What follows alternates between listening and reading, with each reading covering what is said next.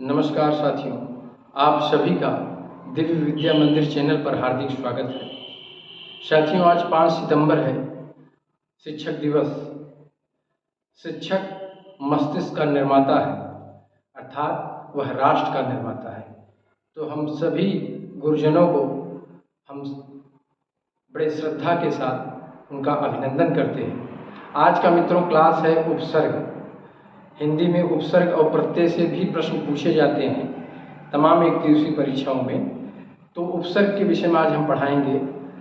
तो उपसर्ग जो है शब्द भेद का एक रचना और बनावट के आधार पर, रचना या बनावट के आधार पर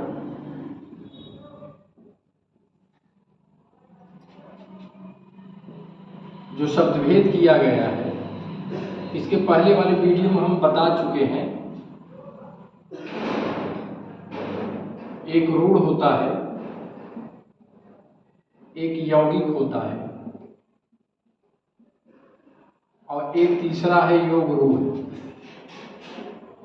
योग रूढ़ इसके विषय में हम बता चुके हैं। रूढ़ वह है जिसका खंडन न हो सके, जिसकी व्युत्पत्ति के विषय में पता न हो, और ये है यौगिक। तो यौगिक में आपका उपसर्ग आएगा। उपसर्ग के योग से भी शब्द बनते हैं। प्रत्यय है, प्रत्यय के योग से भी बनते हैं। समास है, समास के योग से भी शब्द बनते हैं। और संधि है। तो जो यौगिक है, दो शब्दों के योग या शब्दांशों के योग या उपसर्ग और प्रत्यय के योग से यौगिक शब्द बनते हैं। तो अब देखिए यहाँ पर जो उपसर्ग है, उपसर्ग में शब्दांश है। शब्दांश है, शब्दांश शब्द के आगे लगेगा। ये कोई शब्द है तो शब्द के आगे जो है शब्दांश लगता है। इसको आप अव्यय भी कर सकते हैं। इसको आप उपसर्ग भी कर सकते हैं। तीनों का मतलब एक है। उपसर्ग कहो, चाहे अव्यय कहो, चाहे शब्दांश कहो। ये अगर शब्द के साथ लग जाएंगे, ये किसके साथ लगना है? शब्द के साथ लगेगा। ये अगर शब्द के साथ लगेगा तो यौगिक शब्द बनेगा। कौन सा शब्द बनेगा? यौगिक शब्द बनेगा। प्रत्यय में क्या होता है? इसका उल्टा होता है। शब्द के पीछे शब्दांश लगता है तो यौगिक बनता है। और ये शब्द के आगे अगर लगेगा तो उपसर्ग बनेगा। समास में क्या होता है? समास में शब्दांश या शब्द के बाद शब्द, माने दो शब्दों का योग समास है। और संधि क्या है? संधि में वर्ण और वर्ण ये आपस में मिलते हैं तो ये संधि का निर्माण होता है। मित्रों, इसमें हम आपको ये बताएंगे कि संस्कृत में कितने उपसर्ग हैं, हिंदी में कितने उपसर्ग हैं। तो आइए जानते हैं। संस्कृत में कुल 22 उपसर्ग हैं। हिंदी में 10 है, कुछ विद्वान 13 भी मानते हैं। इसी तरह से उर्दू माने अरबी और फारसी, इसमें कुछ विद्वान 12 मानते हैं, कुछ 19 मान लेते हैं। और अंग्रेजी में कुल 6 उपसर्ग है। इसको आप जान लीजिए। अब देखिए, हिंदी में 10 और 13 या उर्दू में 12 और 19 का विवाद कहाँ से उत्पन्न हुआ? तो आप ये जानिए, हमने यहाँ लिखाया कि उपसर्ग में उपसर्ग होगा, उसे आप अव्यय कहेंगे, उसी को आप शब्दांश कहेंगे। मतलब शब्द और शब्द मिलकर उपसर्ग नहीं बन सकता। ये उपसर्ग की परिभाषा है। शब्द और शब्द के योग से उपसर्ग नहीं बनता। तो संस्कृत तो एकदम सूत्रबद्ध है इसलिए संस्कृत का उपसर्ग 22 है, ये सर्वमान है, सर्वविदित है। लेकिन हिंदी में 10 और 13 का जो समस्या आया तो उसमें 3 विद्वान थे। उन विद्वानों को आप जानते होंगे, कामता प्रसाद गुरु हैं और एक हैं डॉक्टर धीरेन्द्र वर्मा और एक हैं उदय नारायण तिवारी जी हैं। ये सब बहुत बड़े बड़े भाषा शास्त्री हुए हैं, कामता प्रसाद गुरु और धीरेन्द्र वर्मा और उदय नारायण तिवारी। तो ये कुछ शब्द, जैसे विवाद कहाँ से बना, कुछ शब्द है, जैसे एक है गैर, एक है कम, ये गैर, और देखिए गैर है और कम है। एक शब्द है भर और एक शब्द है खुश। एक शब्द है, यहां मैं लिख दे रहा हूं, खुश, गैर, कम। तो ये शब्द, ये जो विद्वान थे ये इसको मान लिए, क्या मान लिए हैं कि ये उपसर्ग है।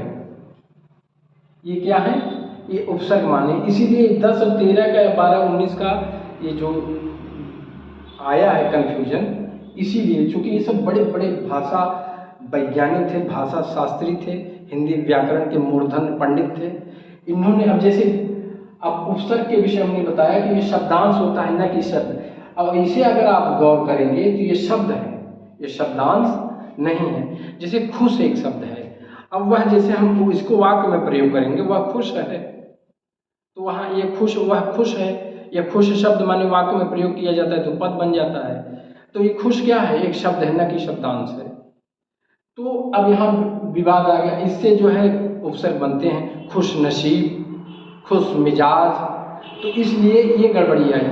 जैसे एक शब्द है गैर, तो गैर में वह तो गैर है, जैसे एक वाक्य है वह तो गैर है। अब गैर शब्द है, अब इसको ये शब्दांश से उपसर्ग बना दिए, जैसे गैर कानूनी, गैर मिजाज। तो इस तरह से जो गड़बड़ी आए, जैसे भर ना, जैसे कटोरा भर चावल चाहिए, कटोरा भर चावल। अब ये जो है भर को उपसर्ग माने हैं, जैसे भर पेट, तो क्या हो गया, जैसे कम है, मुझे कम चाहिए, मुझे कम चाहिए। अब यहाँ कम जो है एक शब्द है, लेकिन ये उसको उपसर्ग मान लिया, जैसे कम वक्त ना।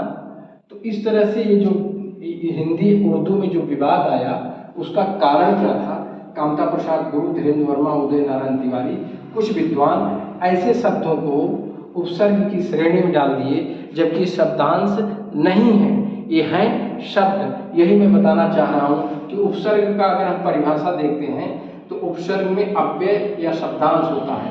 शब्दांश अगर शब्द के पहले लग जाए तो वह उपसर्ग है, तो शब्द के पहले शब्द ना आए, जबकि ये सब शब्द के सीमा में आ रहे हैं। इसलिए हिंदी में कुछ विद्वानों में ये प्रश्न जो है, अब आयोग जो माने उत्तर, अगर 10 और 13 दोनों ऑप्शन में आ रहा है, तो ये अब चूंकि एक विद्वान को आप काट नहीं सकते, सब अपने आप में पूर्ण है और प्रश्न इसी तरह से विवादित बन जाता है, इसमें आयोग की मजबूरी है। अब देखिए उपसर्ग जो शब्द जो है, ये उप और सर्ग से बना है। उप माने होता है समीप और सर्ग माने सृष्ट करना, सृष्ट करना या निर्माण करना या बनाना कह लीजिए। तो इससे ये उपसर्ग को हम खंडित करके इसका पर्याय बता दिए कि जो उपसर्ग है, उप माने होता है समीप जाकर के सृष्ट करना, बनाना, और उससे एक जो नया शब्द बनेगा वह कहलाता है उपसर्ग। अब इसको मैं मिटा दे रहा हूँ और इसको आप लोग देख लीजिए, इसको मैं मिटा रहा हूँ। कहाँ गया, अच्छा,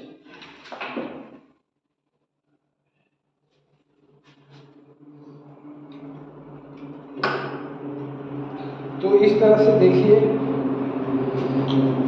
इसको मैं मिटा करके मैं आगे समझाता हूँ।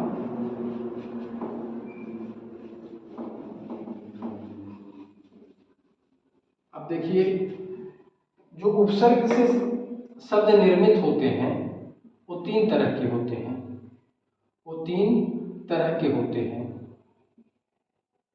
एक तो पर्यायवाची होते हैं,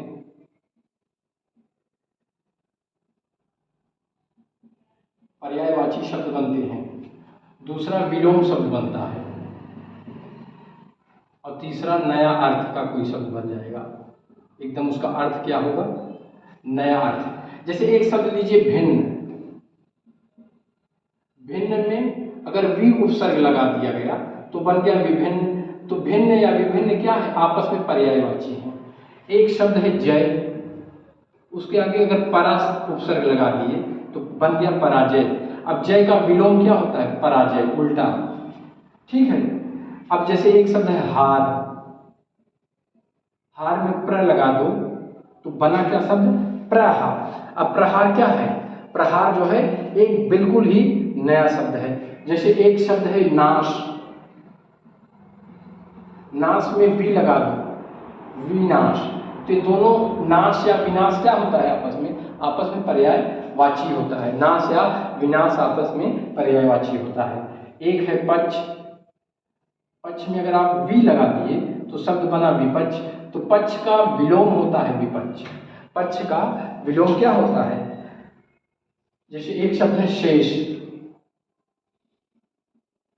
अब इसमें वी उपसर्ग लगाए तो बन गया विशेष। तो विशेष क्या है? नया अर्थ बिल्कुल लेकर आया है। मतलब हम आपको ये बताना चाह रहे हैं कि इस तरह से जो उपसर्ग है वह पर्यायवाची बनाएगा या फिर विलोम बनाएगा, अन्यथा नया अर्थ बनाएगा। अब आप जानिए कि सबसे ज़्यादा उपसर्ग अगर दमदार है, पूछा जाता है परीक्षा में, तो वह है संस्कृत का उपसर्ग। और संस्कृत के 22 उपसर्ग के विषय में आप जानिए। तो इसको मैं मिटा दे रहा हूँ। अब संस्कृत के जो 22 उपसर्ग हैं वही परीक्षा में अधिकांशतः पूछा जाता है, और बाकी हिंदी, उर्दू और अंग्रेजी के उपसर्ग बहुत कम पूछे जाते हैं। अगर पूछे भी जाते हैं तो उसे समझ लीजिए कोई भी बता सकता है। ये 22 उपसर्ग की बात हम करते हैं, ये संस्कृत के उपसर्ग हैं। संस्कृत के ये 22 उपसर्ग हैं। पहला उपसर्ग है जैसे आ। अब ये आ जो है संस्कृत का उपसर्ग है। अब इससे जो शब्द बनेगा जैसे आजन, ये क्या बन गया? आजन। ये उपसर्ग है। जैसे आ से ही आकाश बनेगा, आ से क्या बनेगा? आकाश। इस तरह से माने हम बता रहे हैं कि आ एक उपसर्ग है, आ से आजन बनेगा, आकाश बनेगा, आकर्षण बनेगा, आक्रमण बनेगा। इस तरह से माने सैकड़ों शब्द बन सकते हैं इस आ उपसर्ग से। और ये आ उपसर्ग आपको सिर्फ यही गौर करना है कि संस्कृत का उपसर्ग है और इससे जो शब्द बनेंगे वह तत्सम होगा। वह क्या होगा? तत्सम होगा, तद्भव नहीं होगा। अब दूसरा शब्द है अव। अव देखिए, अब अव से जो शब्द बनेंगे वह भी तत्सम। जैसे अवतार, एक शब्द ले लीजिए अवतार। अब अवतार क्या है? तत्सम शब्द है। और क्यों है? क्योंकि ये संस्कृत का उपसर्ग है। और इसी तरह से जैसे अवनत है। तो इस तरह से माने बहुत सारे शब्द बनेंगे। अवतार है, अवसान है, अवस्था है, ये सब जितने बनेंगे ये अव उपसर्ग लगने से बन रहा है। इसके बाद देखिए एक है अप। अब अप से अपमान हो गया, देख रहे हैं? अपमान। अब ये अपमान ये शब्द है, ये किसका है? संस्कृत का है। अपहरण हो गया, अपव्यय हो गया। माने ऐसे बहुत सारे शब्द बनेंगे अपव्यय। तो इस तरह से ये आ, आओ, अप, ये सब संस्कृत के उपसर्ग हैं। इसी तरह से 22 उपसर्ग हैं। एक है अति। अब देखिए अति से अतिशय बनेगा, अतिशय बनेगा, अतिकाल बनेगा।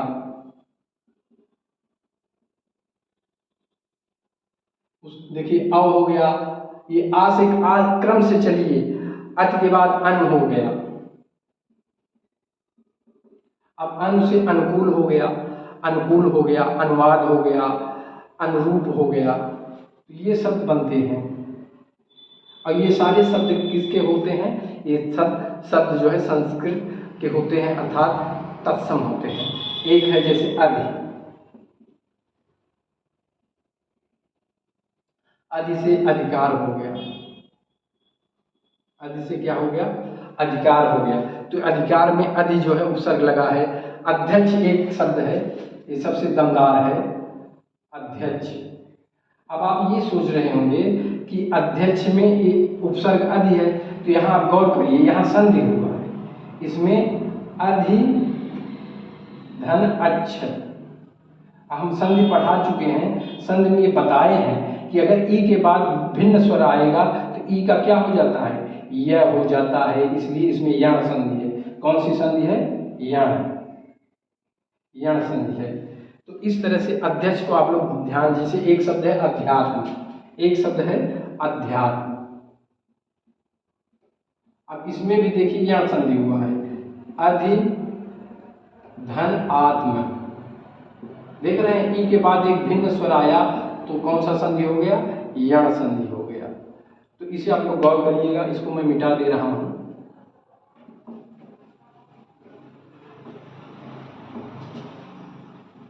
अब देखिए अधि के बाद उत एक है, उत, इसमें देखिए हलंत लगा हुआ है, उत में क्या लगा हुआ है, हलंत। अब इससे जो शब्द बनेगा, जैसे उत्तम, उत्पन्न, उत्पन्न, उत्तम। अब इसमें जो है उत क्या लगा है, उत उपसर्ग लगा है, और ये सारे के सारे शब्द क्या बन रहे हैं, ये तत्सम प्रधान। एक है उद। अब देखिए उद से जो शब्द बनेगा वह तत्सम बनेगा, जैसे उद्गार हुआ, उद्देश्य हुआ, उद्गार और उद्देश्य। इसमें कौन सा उपसर्ग लगा है, उपसर्ग साथियों आगे ही लगता है, उसी को उपसर्ग कहते हैं। और ये सब आपको याद रखना है, क्योंकि ये संस्कृत के उपसर्ग हैं। इसके बाद उप हुआ, ये उप भी जो है संस्कृत का ही उपसर्ग है, जैसे उपवन हुआ, उपासना हुआ, उपकार हुआ। जैसे उपासना एक शब्द है, उपासना। अब आप ये सोच रहे हैं कि उप में पा माने आ की मात्रा क्यों लग गई, तो इसमें आप समझ लीजिए इसमें दीर्घ संधि हुआ है, इसलिए ऐसा हो गया। क्यों हो गया, क्योंकि इसमें दीर्घ संधि हुआ है। उपधन आसना तो हो गया उपासना। इस तरह से एक है नी। अब नी से, नी जो है संस्कृत का उपसर्ग है, इससे जैसे बनेगा निकृष्ट, निवास। नी से क्या बना, निवास, निकृष्ट। देख रहे हैं, निकृष्ट, निवास, निम्न, ये सारे शब्द जो है नी से बन रहे हैं। इसके बाद एक है निर, तो ये निर के र में देखिए हलंत रहेगा, इससे बनेगा निरपराध। अब देखिए इसमें निरपराध में ये चूंकि आधा र था, लेकिन निरपराध,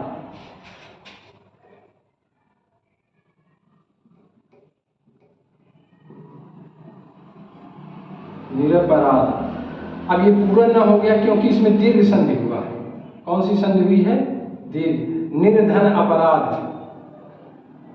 नहीं दीर्घ संधि है, इसमें व्यंजन संधि है, इसमें व्यंजन संधि हुआ है। निर्धन अपराध बराबर निरपराध, माने यहाँ र पूरा हो जा रहा है। तो ऐसे शब्द बनते हैं, जैसे एक शब्द है निश। ये निश जो है संस्कृत का उपसर्ग है, निश।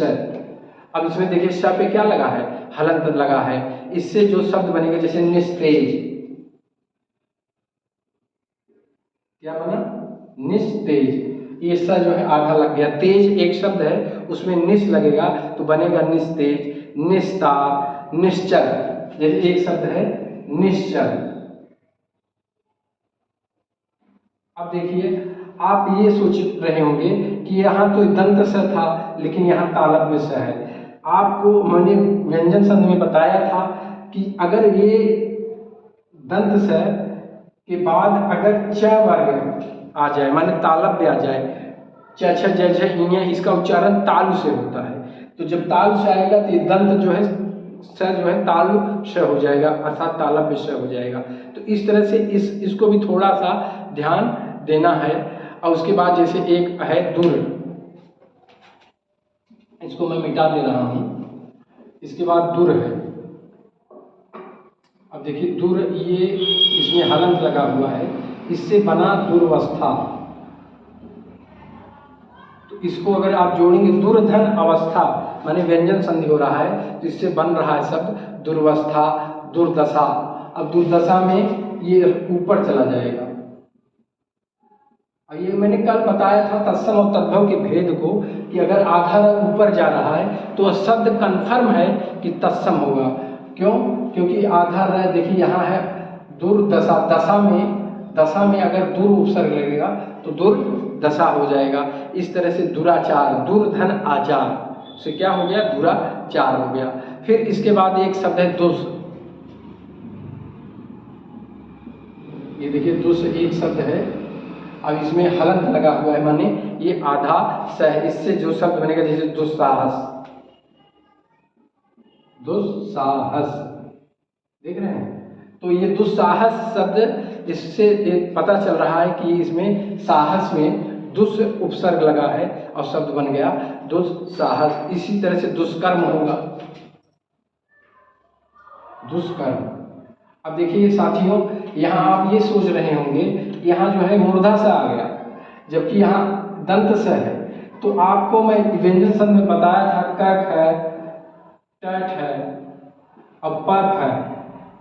पर्फ है के बाद अगर ये स आता है तो ये मूर्धा स में बदल जाएगा। ये मैं संधि में बता चुका हूँ, इसलिए यहाँ पर ये क्या हो गया? मूर्धा श हो गया। इसको मैं संधि में पढ़ा चुका हूँ। तो इसके बाद अब देखिए जैसे प्र एक है, प्र से, अब देखिए प्र से जो शब्द बनेगा जैसे पराजय, प्र से प्रयास, प्रयास जो है एक प्रसन्न, प्रख्यात, ये शब्द जो बन रहे हैं ये प्र उपसर्ग लगने से बन रहे हैं। और ये सब तत्सम प्रख्यात, जैसे एक शब्द नोट कर लीजिए प्रख्यात। अब ये प्रख्यात शब्द ये तत्सम का शब्द है। इसी तरह से परा एक है, परा से बनेगा पराजय। क्या बनेगा? पराजय। जय में परा उपसर्ग लगा तो पराजय में पराभव। एक उदाहरण आप लोग लिख लो, पराभव। तो देखिए भव में परा उपसर्ग लगा तो बन गया है पराभव। इसी तरह से प्रति है, अब प्रति से जैसे प्रतिक्षण, इसमें कोई दिक्कत नहीं है। लेकिन अगर ये शब्द बन जाए प्रत्यक्ष, अब आप सोचेंगे कि यहाँ जो है, यहाँ देखिए प्रत्यक्ष, यहाँ आधाता आ गया, उसके बाद यह प्रति नहीं आया, तो इसमें यह संधि हुआ है। कौन सा संधि हुआ है? अगर इसे आप तोड़ेंगे तो प्रतिधन अच्छ, प्रतिधन अच्छ। देखिए ई के बाद अगर आ आएगा तो ई का क्या हो जाएगा? यह हो जाएगा। इसको हम संधि में पढ़ा चुके हैं, तो इसको आप लोग नोट कर लीजिए, प्रतिक्षण। अब उसके बाद है परि,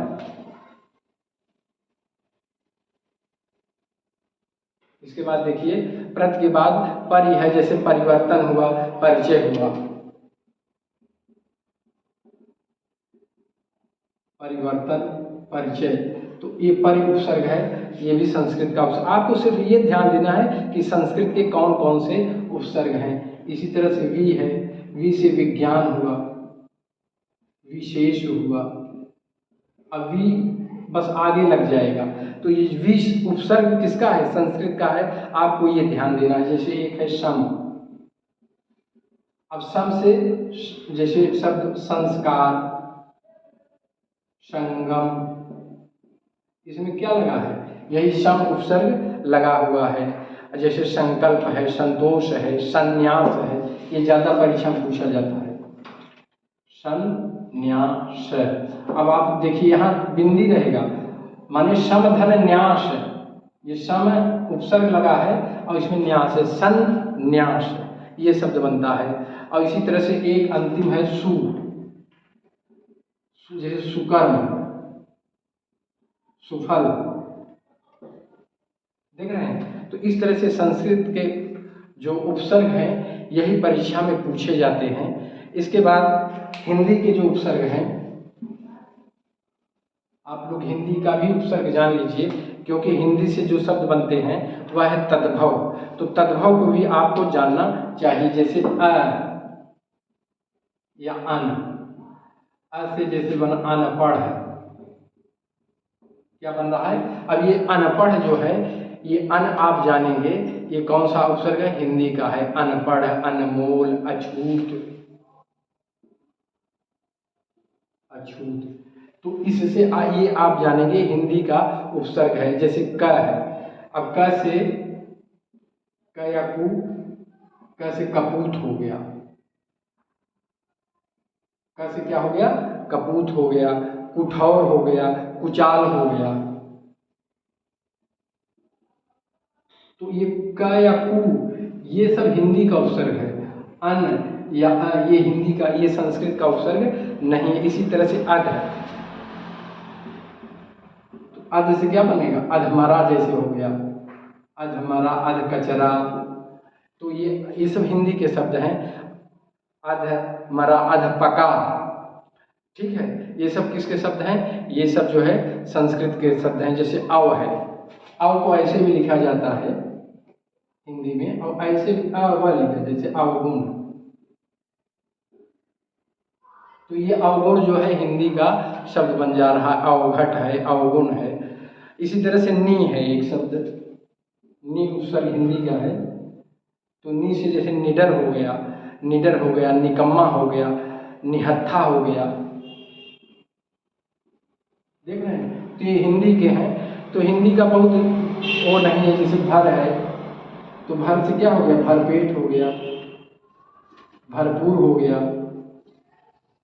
और इसी तरह से एक शब्द है उन, ये हिंदी का उपसर्ग है। जैसे 49 हो गया,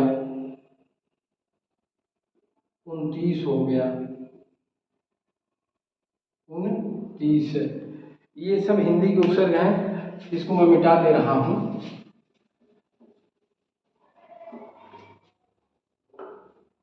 स हो गया एक उपसर्ग, हिंदी का स है।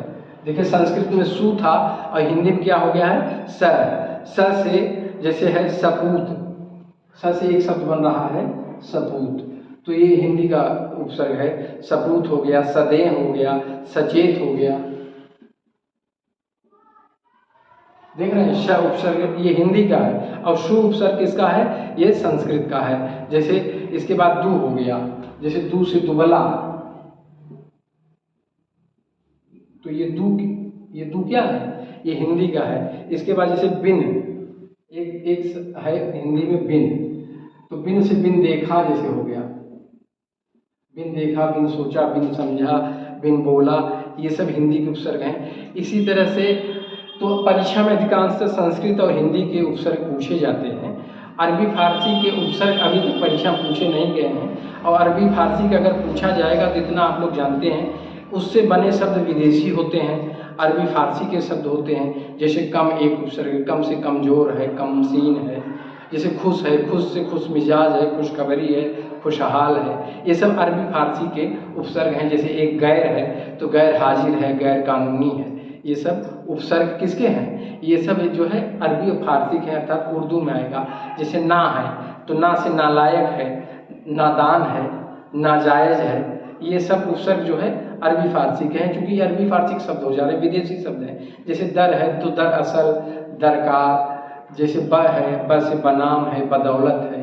बे है, बे से बेईमान है, बेहोश है, बेवकूफ़ है, ये सब जो है अरबी फारसी के शब्द हैं। इनसे आप देखेंगे और जान जाएंगे। जैसे ला से लाजवाब है, लापरवाह है, ये सब अरबी फारसी के शब्द हैं। जैसे हम से हमदर्द है, हम सफ़र है। इसी तरह से हर है, हर रोज़, हर घड़ी, ये सब क्या है, अरबी फारसी के उपसर्ग हैं। तो उससे जो शब्द बनेंगे अरबी फारसी के बने। जैसे सर है, तो सरताज है, सरपंच है, तो ये अरबी फारसी के शब्द है। इसी तरह से अंग्रेजी के भी 6 उपसर्ग हैं। तो अंग्रेजी वाले पढ़े, हम तो हिंदी वाले हैं, लेकिन जानते रहिए। जैसे वाइस है, तो वाइस से जो है वाइस प्रिंसिपल हुआ, वाइस चांसलर हुआ। इसी तरह से जैसे सब है, सब अंग्रेजी का उपसर्ग है, उससे सब इंस्पेक्टर है। तो ऐसे शब्द बनते हैं। अब ये उपसर्ग आप लोग विधिवत समझ गए होंगे। आज जो हम आपसे प्रश्न पूछेंगे, आप उसका जवाब देंगे, और कमेंट में जरूर उसका जवाब देंगे, हम ऐसी अपेक्षा आप लोगों से करते हैं। जैसे एक शब्द है कुमाता, कुपुत्र, कुलीन या कुचालक। कुमाता, कुपुत्र, कुलीन और कुचालक। ये पहला प्रश्न है। इसमें आपको बताना है कि कौन सा शब्द ऐसा है जिसमें उपसर्ग नहीं लगा है, कौन सा ऐसा शब्द है जिसमें उपसर्ग नहीं लिखा है। जैसे एक है दुकान, दुलार, दुधारू और दुकाल। ये आपको बताना है इन दो में कौन सा शब्द ऐसा है। दो प्रश्न में पूछ रहा हूं कि कौन सा शब्द ऐसा है कि जिसमें उपसर्ग का प्रयोग नहीं हुआ है। आज इसको आप लोगों को बताना है। अगर मित्रों ये वीडियो पसंद आए जिसे आप लोग अपना स्नेह और प्यार दीजिए, इसे ज़्यादा से ज़्यादा शेयर करिए, सब्सक्राइब करिए, ताकि मेरा उत्साह बना रहे। मैं ऐसे ही नए नए वीडियो लेकर आप लोगों के सामने आऊं। ये मेरा एक विशेष हिंदी के प्रति सेवा भाव है जो मैं मेहनत करके आप लोगों के सामने प्रस्तुत करता हूं। आप इसका लाभ उठाएं, अपने जीवन का निर्माण करें, अग्रसर रहें, आगे बढ़ें। यही मेरी आप सबको आज शिक्षक दिवस के अवसर पर शुभकामना है। जय हिंद।